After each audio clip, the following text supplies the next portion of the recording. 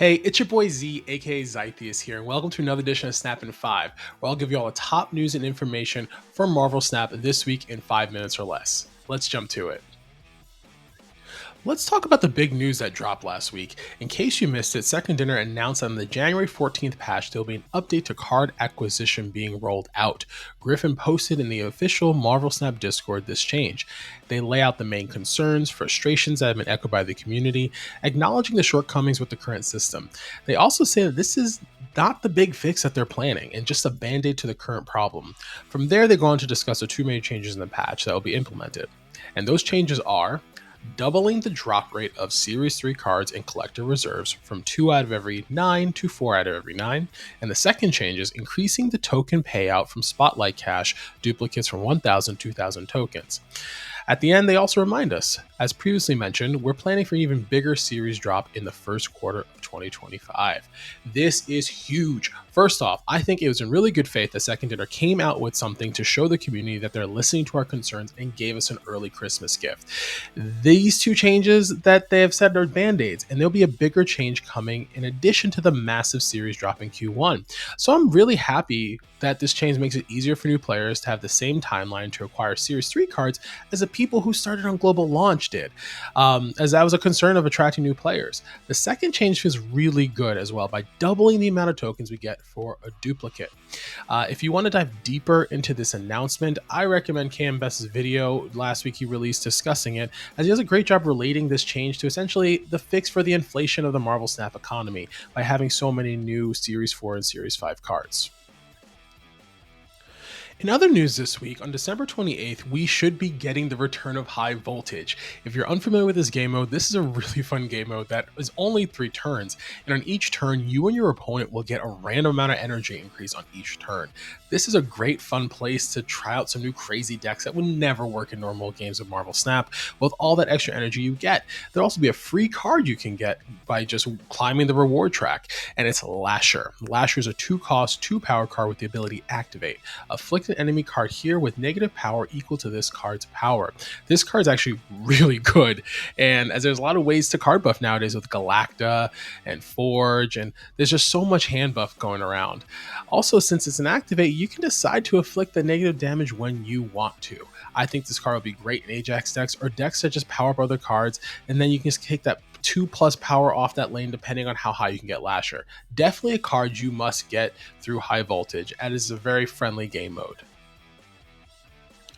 Now let's take a look at the new card this week and the Spotlight Cash for it. We have Bruce Banner this week, and it's accompanied by High Evolutionary and Ravonna. Bruce Banner is a 2-cost, 1-power card that has the ability, when you end a turn with unspent energy, 25% to Hulk out. I would say most creators are not super sold on this card, and some like Cozy Snap absolutely love it. This card is very narrow in its application, as you need to have unspent energy in order to have a 25% chance each turn to turn Bruce into a 12-power Hulk.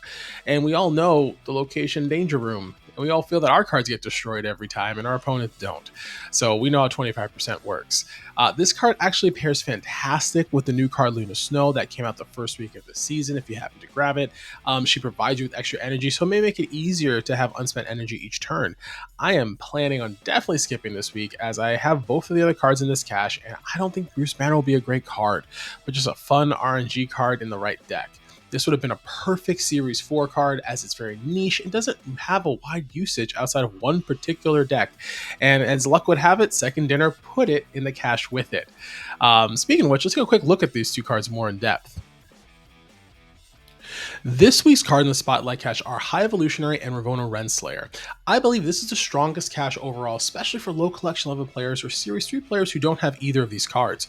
The reason I believe High Evolutionary is one of the best cards to get if you happen to be in this situation is that it's going to give you a really competitive deck that you can play immediately, as it modifies all lower pool cards you already own, and those are the cards that you'll put into your deck. It is also one of my personal favorite cards and decks, even though it's not as powerful as it was upon release. base. High Evo is the deck you want to play Bruce Banner in. This deck wants unspent energy each turn with Sunspot or your Evolved Cyclops, and all the other cards that trigger their abilities off of having unspent energy. They also included Ravonna Renslayer, which is a staple every player should have in their collection. This card will also reduce the cost of Bruce Banner to a 1 cost. So I believe this cache is the best in the month, as all the cards synergize really well together and can provide you with a brand new deck to play in Marvel Snap. So since I record this video early due to being on vacation, I do not have the top 5 decks in the meta this week. If you would like to check that out, please go see Alex Kosh's latest top 10 deck video, as it should be out by the time this video comes out. So I want to take this moment to say thank you to everyone who's been watching the YouTube content for the past 2 months. This has been a blast creating this content and engaging with the people watching the videos or commenting below. This is my first go at creating any content. So I'm so grateful for all the people who watched it, provided feedback, liked the videos, and especially to the subscribers to the channel. I'm excited for 2025 and some of the things I hope to do with this channel and even my streaming. If you're celebrating the holidays, I hope you enjoy the time off with your friends and family.